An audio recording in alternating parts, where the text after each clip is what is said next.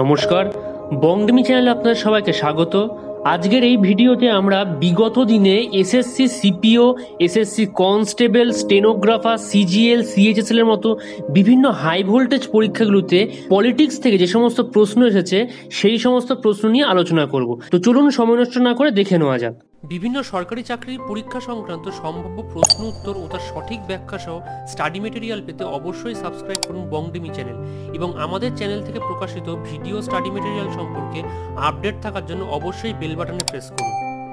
আজকের সেট 1 এর প্রথম প্রশ্ন হচ্ছে the concept of directive principle of state policy in Indian constitution is adopted from that of.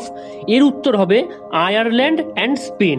দেখুন, ডিপিএসপি সম্পর্কে বা directive principle of state policy সম্পর্কে আমাদের সংবিধানের পার্ট 4 বলা আছে। এই ডিপিএসপির মধ্যে আর্টিকেল 36 থেকে আর্টিকেল 51 অব্দি আছে। মনে রাখবেন, ডিপিএসপি হলো নন জাস্টিফায়েবল রাইট, অর্থাৎ ডিপিএসপি যদি বিঘ্নিত হয় আপনি কিন্তু কোর্টে গিয়ে কোনো কেস ফাইল লজ করতে পারবেন না। এই ডিপিএসপি সোশ্যালিস্টিক, গান্ধিয়ান এবং লিবারাল ইন্টেলেকচুয়াল এই তিনটে প্রিন্সিপালে বিভক্ত। এর পরবর্তী প্রশ্ন, fundamental rights are borrowed from the constitution of, যার উত্তর হবে আমেরিকা। দেখুন, পার্ট 3 আমাদের কনস্টিটিউশনের ফান্ডামেন্টাল রাইট সম্পর্কে বলা আছে। Basically fundamental right civil liberties এর কথা বলেছে।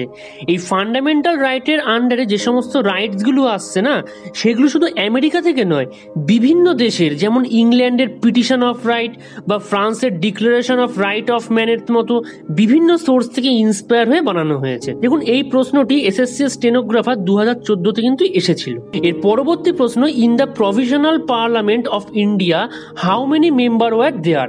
এর উত্তর হবে 313। দেখুন, 313 জনের কথা বলা হয়েছে, বাট মনে রাখবেন 1950-এর প্রথম দিকে এই সংখ্যা কিন্তু ছিল 296।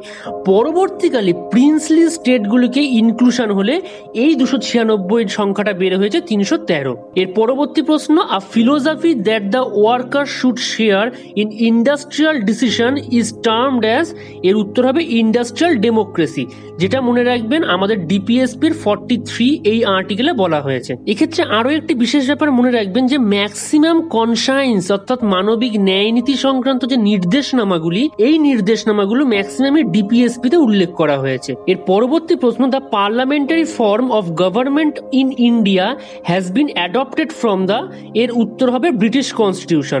বেসিক্যালি ব্রিটিশ কনস্টিটিউশন থেকে নেওয়া হয়েছে। দেখুন, নমিনাল ও রিয়েল এক্সিকিউটিভের উপর ডিপেন্ড করে পার্লামেন্টারির ফিচার্স কিংবা আইন পরিষদের কাছে এক্সিকিউটিভের রেসপন্সিবিলিটির মতো ইম্পর্টেন্ট ফিচার্স গুলোকে এই ব্রিটিশ কনস্টিটিউশন থেকে কিন্তু নেওয়া হয়েছে। এর পরবর্তী প্রশ্ন, most essential ingredients of democratic systems are, অর্থাৎ একটি গণতান্ত্রিক রাষ্ট্রের বা একটি গণতান্ত্রিক ব্যবস্থার প্রধান যে উপাদানগুলো লাগে সেগুলো কি কি?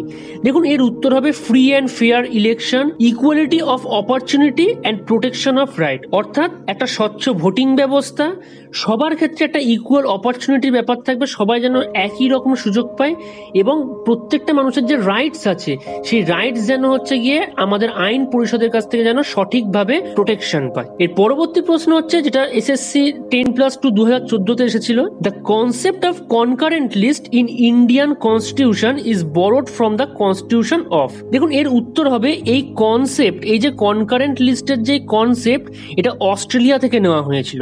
তাছাড়াও মনে রাখবেন, অস্ট্রেলিয়ার কনস্টিটিউশন থেকে পার্লামেন্টের জয়েন্ট সিটিং এর যে নিয়ম বিধি সেগুলোকেও নেওয়া হয়েছিল। এর পরবর্তী প্রশ্ন, which article of the Indian constitution did doctor B R. Ambedkar term as heart and soul of the Indian constitution? এর উত্তর হবে আর্টিকেল 32। মনে রাখবেন, এই আর্টিকেল 32কে রিমেডি অফ কনস্টিটিউশনও বলা হয়ে থাকে। সুপ্রিম কোর্টের ক্ষেত্রে আর্টিকেল 32 এর মতোই অলমোস্ট সেম ফিচার্স বহন করে হাইকোর্টের ক্ষেত্রে আর্টিকেল 326। এটা মনে রাখবেন ভালো করে। এর পরবর্তী প্রশ্ন হচ্ছে, division of power and independent judiciary are the two important features of, যেটা এসএসসি সিজিএল 2013-তে এসেছিল। এর উত্তর হবে ফেডারাল ফর্ম অফ গভর্নমেন্ট, অর্থাৎ যুক্তরাষ্ট্রীয় শাসন ব্যবস্থা। এর পরবর্তী প্রশ্ন, যেটা এসএসসি এফসিআই অর্থাৎ ফুড কর্পোরেশন 2013-তে এসেছিল, the main features of secular state is. এর উত্তর হবে takes into consideration the religious sentiment of the people. দেখুন, সেকুলার মানে ধর্মনিরপেক্ষতা। এখন একটা সেকুলার স্টেটের অন্তর্গত সকল ধর্মের সমান সাপোর্ট ও স্ট্যাটাস থাকবে স্টেট তথা রাজ্যের কাছে। এটাই হচ্ছে একটা আদর্শ সেকুলার স্টেটের মেন ক্যারেক্টারিস্টিক। এর পরবর্তী প্রশ্ন হচ্ছে, the mind and ideas of framers of constitution are reflected in the, এর উত্তর হবে প্রিয়াম্বেল, যেটা এসএসসি 10+2 2012 এসেছিল। পরবর্তী প্রশ্ন, according to the preamble the ultimate power lies in the hand of, এর উত্তর হবে পিপল।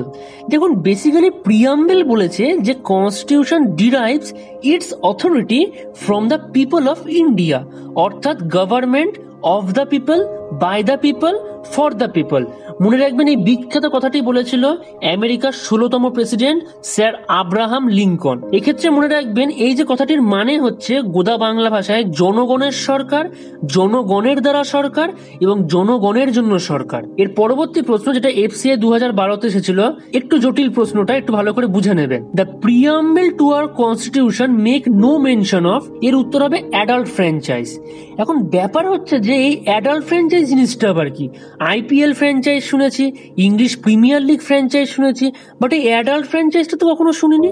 দেখুন, ব্যাপারটা কিছুই না, যে কোনো 18 বছরের উপরের ব্যক্তির লোকসভা ও স্টেট অ্যাসেম্বলির নির্বাচনের সময় ভোট দেওয়ার রাইট আছে, without any discrimination of caste, race, religion, sex, literacy, wealth and so on.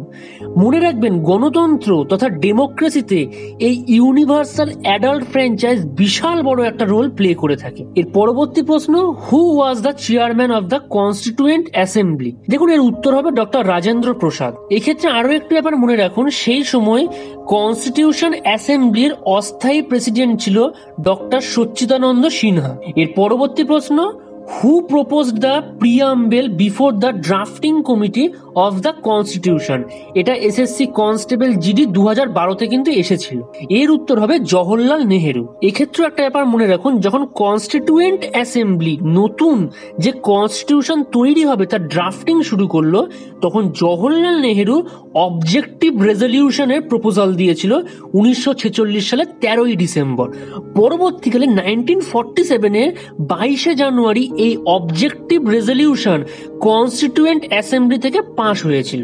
এর পরবর্তী প্রশ্ন হচ্ছে, the success of democracy depend upon the, এটা এসএসসি 10+2 2011 কিন্তু এসেছিল। এর উত্তর হবে রাইট টু পার্সোনাল লিবার্টি। দেখুন, একটি গণতন্ত্র রাষ্ট্রের অ্যাচিভমেন্ট সেখানে যখন সেখানে প্রত্যেকটি মানুষের ধর্মীয় ক্ষেত্রে নিজের ভাব প্রকাশের স্বাধীনতা স্বতঃস্ফূর্তভাবে প্রকাশ পাবে।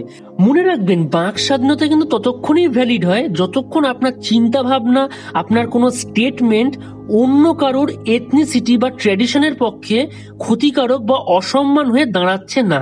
বাট আপনার স্টেটমেন্ট যদি কারোর এথনিসিটি বা ট্র্যাডিশনকে আঘাত করে, সেক্ষেত্রে কিন্তু আপনার বাক স্বাধীনতা নাল অ্যান্ড ভয়েডও হয়ে যেতে পারে। এর পরবর্তী প্রশ্ন হচ্ছে, the drafting of the constitution was completed on? দেখুন, এর উত্তর হবে 26 নভেম্বর 1949 সালে। মনে রাখবেন, ডক্টর BR আম্বেদকরের চেয়ারম্যানশিপের আন্ডারে 29 আগস্ট 1947 এই কনস্টিটিউয়েন্ট অ্যাসেম্বলি কিন্তু ড্রাফটিং কমিটিকে সেট আপ করেছিল। এর পরবর্তী প্রশ্ন হচ্ছে, in India the concept of single citizenship is adopted from? এটা এসএসসি সিজিএল 2011 এসেছিল। মোটামুটি মনে রাখবেন, এসএসসির পরীক্ষাতে আমাদের এই যে ইন্ডিয়ান কনস্টিটিউশনে যে বিভিন্ন টাইপের কনসেপ্ট আছে, বাইক্যামেলারিজম কিংবা ধরুন সিঙ্গেল সিটিজেনশিপ কিংবা ভিটো, এই সমস্ত বিভিন্ন যে ফিচার্স, এই সমস্ত ফিচার্সগুলো কোন দেশ থেকে ইন্সপায়ার হয়ে হচ্ছে আমাদের দেশে অ্যাডপ্ট করা হয়েছে, এখান থেকে মোটামুটি একটা করে কোশ্চেন থাকে। তো এই প্রশ্নের উত্তর হবে ইংল্যান্ড। মনে রাখবেন, কানাডা, অস্ট্রেলিয়া, চিলি, সার্বিয়ার মতো দেশগুলোতে কিন্তু ডুয়েল সিটিজেনশিপ অ্যালাউ করে। পরবর্তী প্রশ্ন, who had proposed partyless democracy in India? এই প্রশ্নতে পার্টিলেস ডেমোক্রেসি এটা কিন্তু ওয়ান লাইনার হলেও খুব ভালো করে বুঝবেন, ভীষণ ইম্পর্টেন্ট আর ভীষণ টিপিক্যাল জিনিস এটা। এই পার্টিলেস ডেমোক্রেসির যে ডেপথনেস, এটা কিন্তু অনেক গভীর। এটা এসএসসি সিজিএল 2011 কিন্তু প্রশ্নটা এসেছিল। দেখুন, এর উত্তর হবে জয়প্রকাশ নারায়ণ। মনে রাখবেন,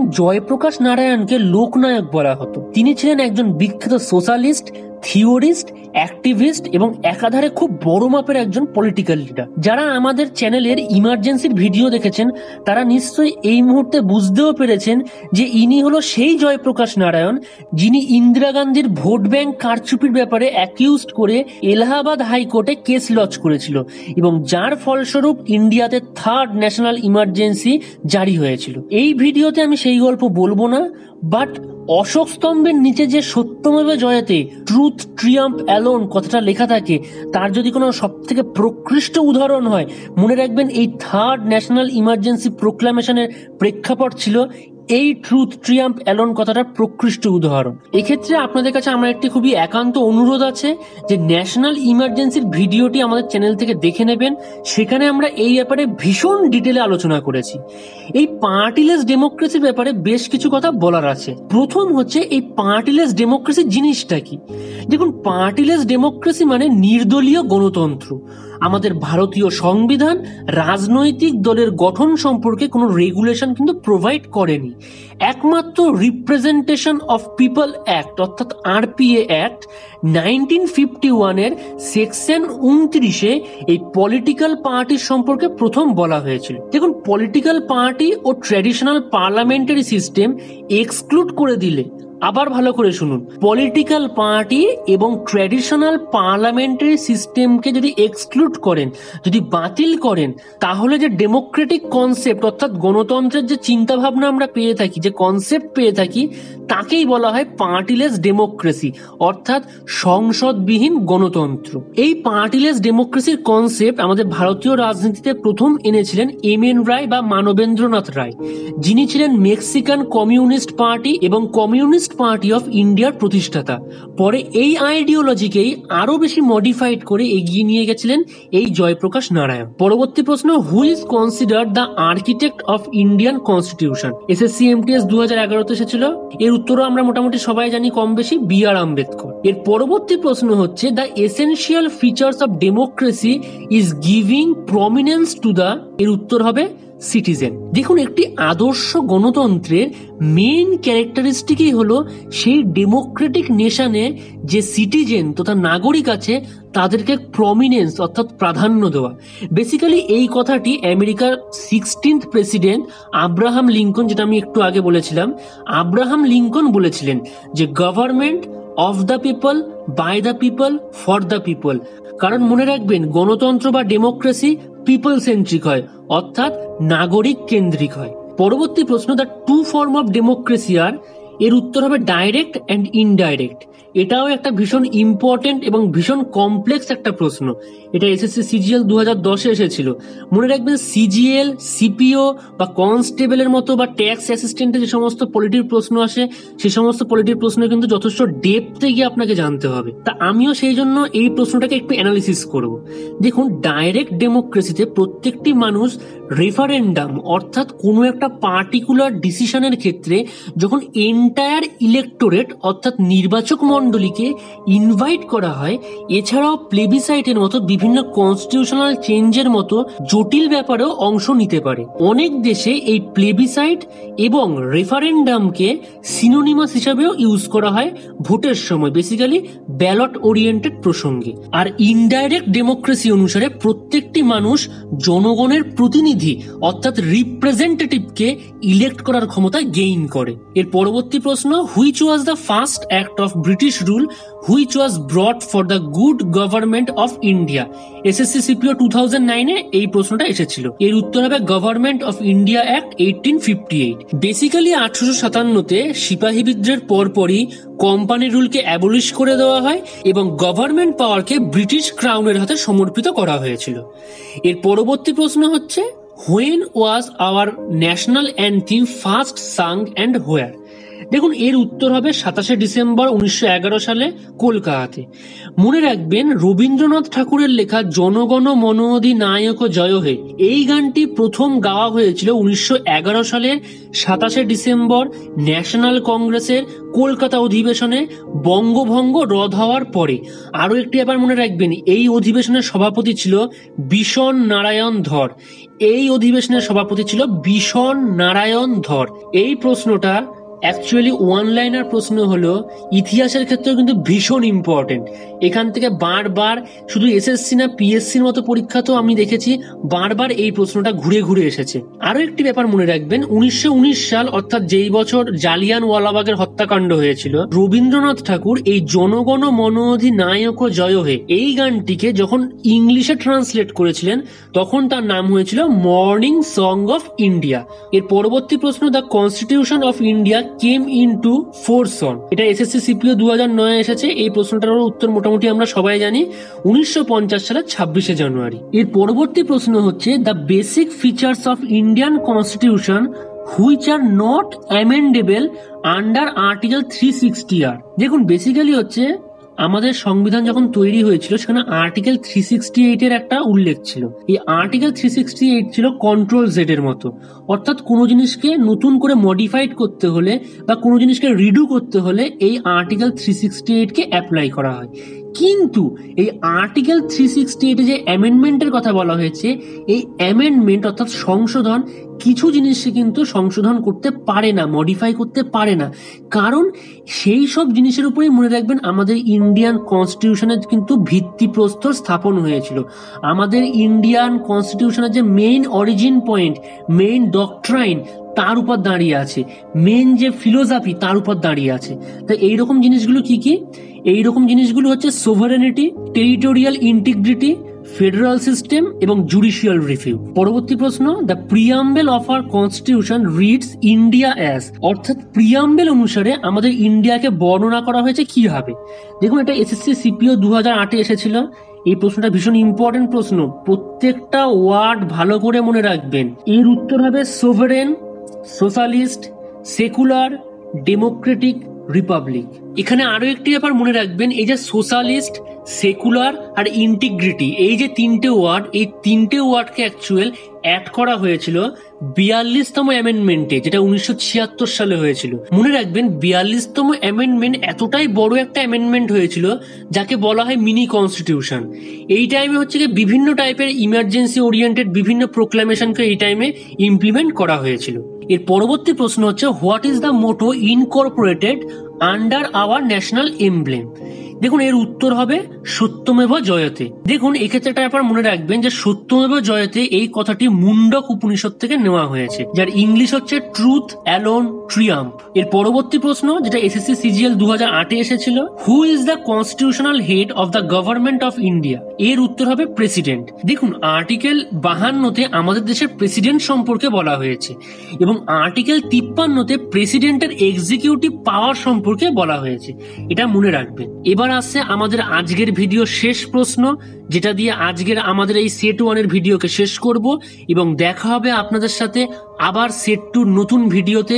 মনে রাখবেন আপনি যদি বিগত 10 বছরের এসএসসিতে যে সমস্ত পলিটির প্রশ্ন এসেছে সে সমস্ত প্রশ্নের যদি ভালো করে অ্যানালিসিস করেন, আপনার পরবর্তী দিনেও মানে আগত দিনগুলোতে যে সমস্ত পরীক্ষা আসছে সে সমস্ত দিনগুলোতে কিন্তু আপনার পলিটিতে যা নাম্বার আসবে, যদি 25খানাও যদি কোশ্চেন আসে, 25খানা প্রশ্নের মধ্যে 25-এর মধ্যে অন্তত 23 থেকে 24 করে আসার কিন্তু পসিবিলিটি অনেক বেশি বেড়ে যাচ্ছে। তো আজকের লাস্ট প্রশ্ন হচ্ছে এটাই যে a federal structure for India was first put forward by the, এর উত্তর হবে অ্যাক্ট অফ 1935।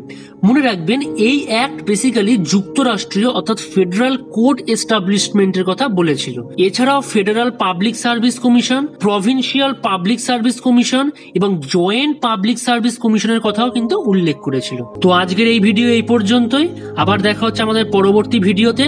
ততক্ষণ ভালো থাকবেন, সুস্থ থাকবেন, নমস্কার। আশা করি আপনাদের ভিডিওটি ভালো লেগেছে। যদি ভিডিওটি ভালো লেগে থাকে তাহলে সবসময়ের মতো এবারও লাইক করুন, শেয়ার করুন, কমেন্ট করে জানান আপনাদের কেমন লেগেছে এবং বংডেমি চ্যানেলে অবশ্যই সাবস্ক্রাইব করুন ও বেল বাটনটি প্রেস করুন যাতে আমাদের চ্যানেল থেকে পরবর্তী যখন ভিডিওগুলি বেরোবে তার যেন নোটিফিকেশন আপনাদের কাছে পৌঁছে যায়। ভালো থাকবেন, সুস্থ থাকবেন, নমস্কার।